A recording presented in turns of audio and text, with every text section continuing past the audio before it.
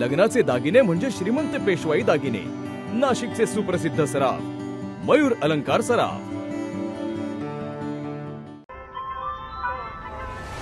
ताज्या बातम्यांसाठी नाशिक न्यूजच्या YouTube चॅनलला सबस्क्राईब करा आणि बेल आयकॉनला प्रेस करा. नाशिकमध्ये प्रभाग क्रमांक 6 मध्ये तीव्र पाणी टंचाईमुळे नागरिक आक्रमक झालेत. महिला आणि स्थानिक नागरिकांनी पाणी पुरवठा मुख्य अधीक्षकांना घेराव घालत ठिय्या आंदोलन केलंय.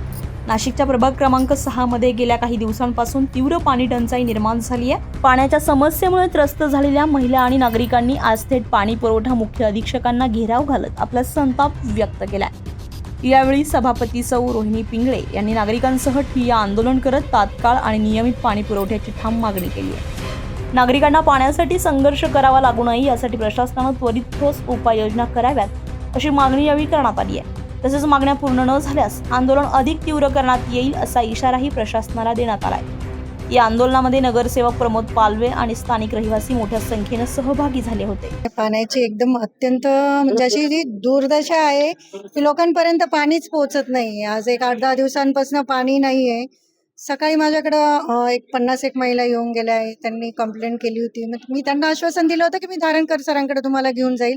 पाण्याचं आपण चांगल्यापैकी नियोजन लावू. मी वॉलमॅन लोकांनाही बोलून घेतलं होतं, कारण प्रत्येकाचा एक एक प्रश्न होता की नाही वॉलमॅनचा इश्यू आहे, वॉलमॅन म्हणजे यांचा आहे, डेप्युटींचा आहे, डेप्युटी नाहीच आहे एकतर. नंतर आपले जई म्हणायचे वॉलमॅनचा असेल काही. मग आपण सगळे समोर घेतले आणि प्रत्यक्ष धारणकर सरांकडे आपण सगळ्यांना घेऊन आलो आणि ही पाण्याची समस्या मांडली. तर धारणकर सरांनी 5 दिवस दिले. आपण बघू 5 दिवसानंतर धारणकर सर काय करताय याच्यावरती. त्यांनी आश्वासन दिलंय. मग 5 दिवसानंतर खरंच पाणी येतंय का आणि नेमकी प्रॉब्लेम कोणाचा आहे, नेमकी डेप्युटींचा आहे की जैनचा आहे की वॉलमॅन लोकांचा. आज प्रभाग क्रमांक 6 मधील मेरधाम परिसरातील सर्व आमच्या महिला भगिनी आज इथं उपस्थित होत्या. आम्ही आज तिन्ही नगरसेवकांनी धारणकर साहेबांची भेट घेतलेली आहे.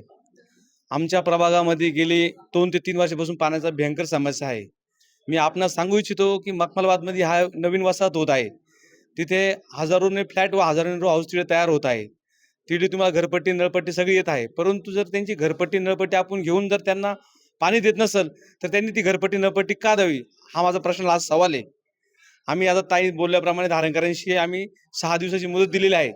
जर पाण्यात देण्याच्या बाबतीत जर त्यांच्याकडून काही जर नियोजन झालं नाही तर पुढच्या 8 ते 10 दिवसात आम्ही सर्व प्रभाग क्रमांक 6 मधील महिला व सर्व पुरुष आम्ही सर्व इथं राजीव गांधी भवनच्या गेटला आंदोलन बसणार आहे.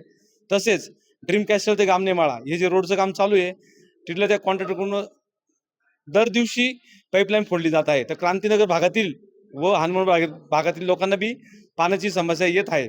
तरी मी आज महापालिका आम्ही तिन्ही नगरसेवकांच्या वतीने आवाहन केलं आहे की आपण यावर काहीतरी नियोजन केलं पाहिजे. अन्यथा आम्ही प्रभाग क्रमांक 6 मधील सर्व महिला भगिनी व नागरिक राजीव गांधी भवनी आंदोलनाला बसू. आम्ही पाण्यासाठी झालेलो आहे.